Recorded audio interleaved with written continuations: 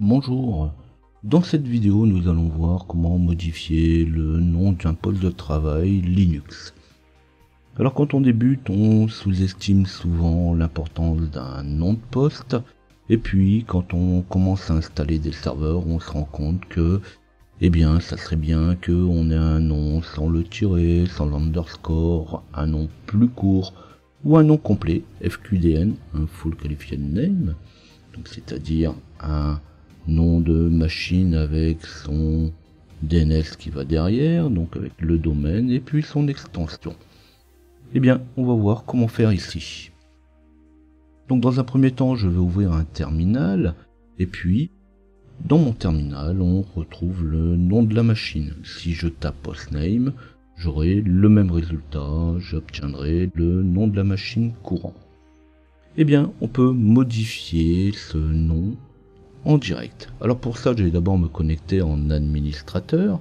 Et une fois connecté en administrateur, il me suffira de reprendre la commande hostname et puis lui donner derrière le nouveau nom de ma machine. Donc ici, je vais lui donner le nom complet. Donc debian.loisel.loc, donc un FQDN. Ça c'est pour le cas où on ne veut pas redémarrer la machine, donc dans ce cas-là, l'hostname sera pris directement.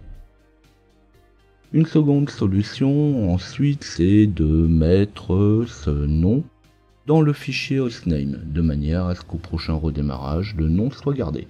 Donc je vais faire un écho de mon nom, et je vais l'injecter dans le fichier etc hostname. En tapant la commande hostname, j'obtiendrai le nom de ma machine. Et on peut continuer avec le fichier host, c'est-à-dire le fichier qui va reconnaître et qui va lier le nom de la machine à une adresse IP. Donc ici, je vais commencer par modifier le nom V6 en IPv6. Donc je vais remplacer le localhost par le nom de ma machine.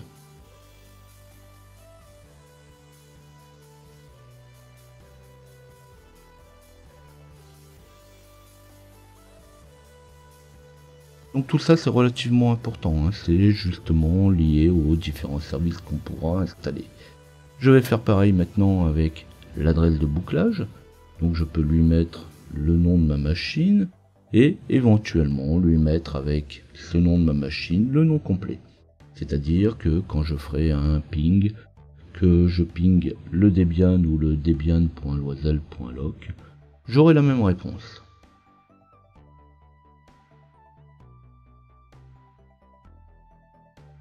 Quand j'aurai validé, quand j'aurai enregistré mon fichier, étant donné que j'ai utilisé la commande hostname tout à l'heure, le système va directement être utilisable.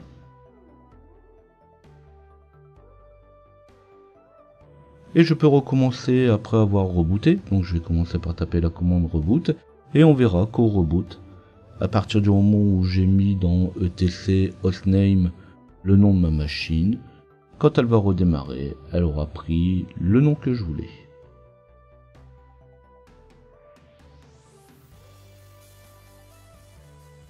Si cette vidéo vous a intéressé, vous n'oubliez pas de liker. Si vous désirez retrouver mes autres vidéos, abonnez-vous à la chaîne.